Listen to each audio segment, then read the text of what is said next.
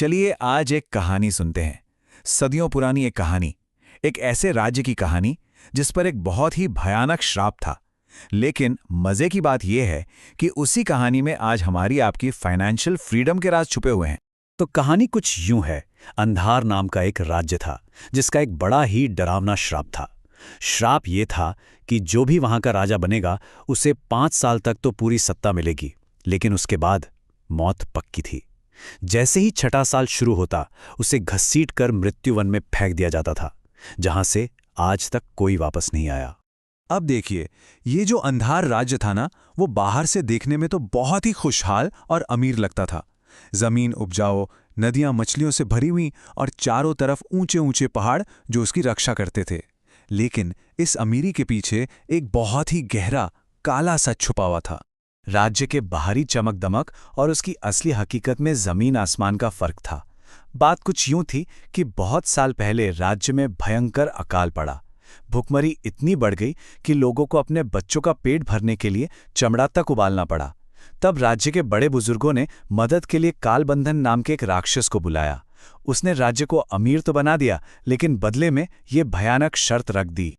और बस इसी एक शर्त ने एक ऐसे खतरनाक चक्र को जन्म दिया जो कभी खत्म ही नहीं होता था। हर 5 साल में एक नया राजा आता और उसे पता होता था कि उसका अंत तो निश्चित है। तो वो क्या करता?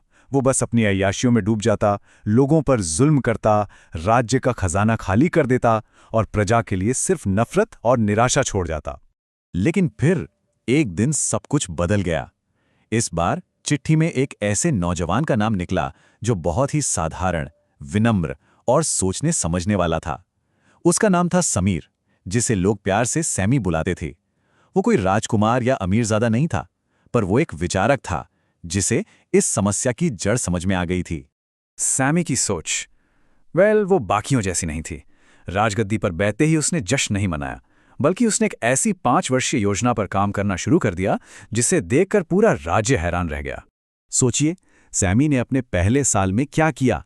उसने ऐशो आराम नहीं बल्कि ज्ञान को चुना। गद्दी पर बैठते ही उसका पहला सवाल था, मेरे पास कितना समय है। इसके बाद उसने राज्य के खजाने का, आमदनी और खर्चों का एक एक चीज का पूरा हिसाब लिया। वो ये समझना चाहता था कि प्रॉब्लम आखिर कितनी बड़ी है और उसके पास उससे लड़ने के लिए क्या-क्या है।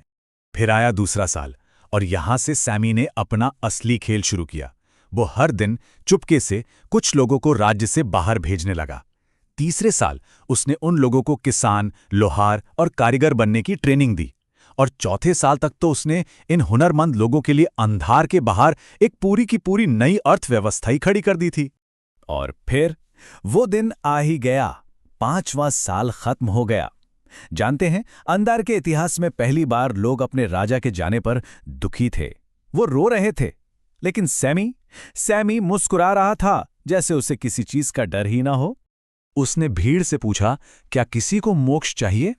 लेकिन मौत के डर से कोई भी उसके साथ उस भयानक जंगल में जाने को तैयार नहीं हुआ, सिवाय एक लड़के के, अर्जुन, जो सैमी का सच्चा अनुयायी था। तो क्या सच में ये राजा सैमी का अंत था? बिल्कुल नहीं। जंगल के उस पार मौत नहीं थी। उस पार तो एक नया जिंदा दिल राज्य था, मोक्ष यानी आजादी का साम्राज्य, जिसे सैमी पिछले 5 सालों से खुफिया तरीके से बना रहा था। वो सारे लोग जो अंधार से गए थे, वो सब वहीं थे, एक नई शुरुआत का जश्न मना रहे थे। अच्छा, तो अब सवाल ये उठता है कि इस कहानी का हमारी अपनी जिंदगी, हमारी फाइनेंशियल फ्रीडम से क्या लेना देना है? बहुत कुछ। सैमी की ये जो 5 साल की योजना थी ना, उसमें 7 ऐसे जबरदस्त सबक छुपे हैं जो किसी को भी वित्तीय संघर्ष यानी अंधार से निकालकर वित्तीय स्वतंत्रता यानी मोक्ष तक ले जा सकते हैं। पहला सबक है क्लैरिटी यानी स्पष्टता। जैसे सैमी का पहला काम ये पूछना था कि मेरे पास कितना समय है और खजाने का हिसाब किताब देखना, ठीक वैसे ही हमें भी अपनी फाइनेंशियल सिचुएशन को पूरी ईमानदारी से समझना होगा। पैसा कहां से आता है, कहां जाता है, बिना इस क्लैरिटी के कोई प्लान बन ही नहीं सकता। दूसरा सबक, अपनी आय से कम में जीना।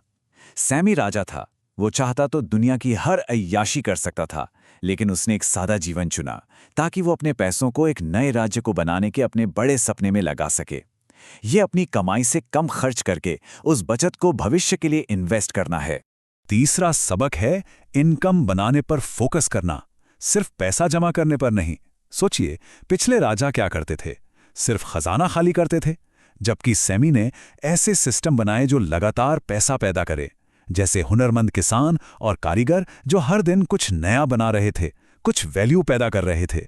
चौथा सबक, इनकम के कई सोर्स बनाना। सैमी ने नए राज्य में सिर्फ किसान ही नहीं भेजे, उसने लोहार, शिक्षक और वैद्य भी भेजे। क्यों? क्योंकि वो समझता था कि एक मजबूत अर्थव्यवस्था वो होती है जो किसी एक सोर्स पर निर्भर न हो। पांचवां सबक, और ये बहुत जरूरी है, पद से ज्यादा हुनर को यानी स्किल को महत्व देना। देखिए, सैमी का राजा का पद तो 5 साल में छिन जाना था, लेकिन जो हुनर उसने लोगों को सिखाया वो एक ऐसी संपत्ति थी जो हमेशा उनके साथ रहने वाली थी। और काबिल लोग ही तो एक नया बेहतर समाज बना सकते हैं।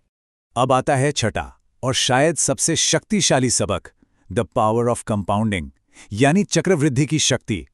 सैमी ने एक ही दिन में हजारों लोगों को नहीं भेजा था, नहीं, उसने हर दिन बस थोड़े थोड़े लोगों को भेजा। ये कोई जादू नहीं था, ये था कंपाउंडिंग का कमाल। छोटे छोटे लगातार उठाए गए कदम समय के साथ मिलकर बहुत बड़े नतीजे देते हैं। दूसरे साल के आखिर तक 500 से ज्यादा लोग जा चुके थे और 5वें साल तक ये संख्या हजारों में पहुंच गई।